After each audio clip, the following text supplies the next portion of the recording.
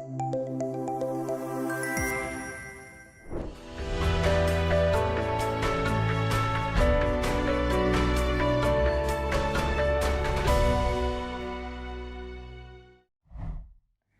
datang di video bahan ajar mata pelajaran sosiologi jenjang SMA kelas 11 fase E. Hari ini kita akan mempelajari tentang konflik dan kekerasan. Di era digital seperti sekarang ini, seringkali ada orang yang berdebat dan bahkan bertengkar lewat kolom komentar. Kolom komentar ini seperti jadi ajang para netizen untuk saling menjatuhkan. Misalnya seperti cyberbullying yang terjadi antar penggemar K-pop, antar pendukung partai politik, penggemar bola, dan lain sebagainya.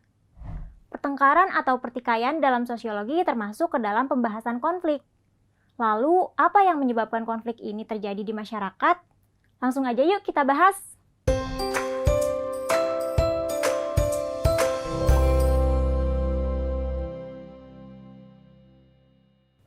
Kehidupan manusia pasti tidak selamanya bisa selalu harmonis. Akan selalu ada saja konflik yang terjadi dalam kehidupan sosialnya. Konflik sederhananya bisa diartikan sebagai pertentangan di mana masing-masing pihak yang ada di dalamnya berusaha untuk saling menjatuhkan satu sama lain.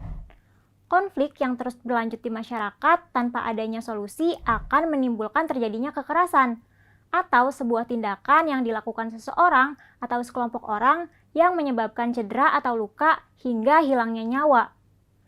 Adanya dunia virtual seperti sekarang ini secara tidak langsung mendorong terjadinya konflik karena adanya perdebatan di ruang maya yang berujung pada kekerasan, yaitu kekerasan psikologis.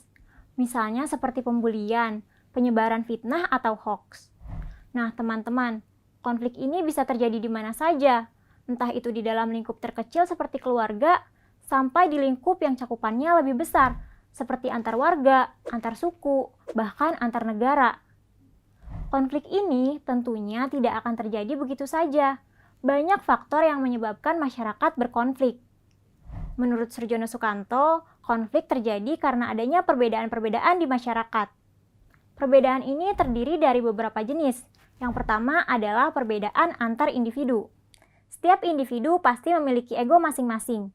Ego masing-masing individu yang tidak dapat dikendalikan dengan tepat dapat menimbulkan konflik dengan individu lainnya. Misalnya seperti pertengkaran antara kakak beradik. Yang kedua adalah perbedaan kebudayaan. Kebudayaan ini menyangkut nilai-nilai dan norma-norma sosial yang membentuk kebiasaan dan karakter individu di masyarakat. Perbedaan kebiasaan, nilai dan norma sosial yang dianut oleh masing-masing orang atau kelompok ini dapat menjadi pemicu konflik jika seluruh pihak tidak mencoba mengerti nilai dan norma satu sama lain. Misalnya ketika orang dari suku Batak merantau ke Yogyakarta dan berinteraksi dengan orang Jawa. Seperti yang kita tahu bahwa orang Batak terkenal dengan kemampuan verbalnya. Ketika berbicara dengan siapapun nadanya sedikit lebih tinggi dan cenderung belak-belakan. Sedangkan pada masyarakat suku Jawa, berbicara dengan nada tinggi itu dinilai tidak sopan, terutama kepada orang yang lebih tua.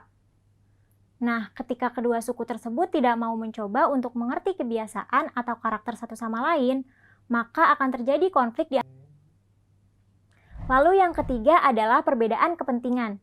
Setiap individu atau kelompok memiliki kebutuhan hidup yang beda, dan akhirnya menyebabkan adanya perbedaan kepentingan di antara mereka. Misalnya konflik akibat pengurangan pegawai yang terjadi antara perusahaan dan pegawai atau buruh. Perusahaan perlu menghemat biaya, sedangkan para pegawai masih memerlukan pekerjaan untuk mendapatkan gaji. Jadi, konflik dapat terjadi di masyarakat karena adanya perbedaan-perbedaan, mulai dari perbedaan antar individu, kebudayaan, dan kepentingan. Teman-teman, kalau kalian pernah memiliki konflik seperti apa dan apa penyebabnya? Coba teman-teman cari tahu ya. Sampai bertemu lagi.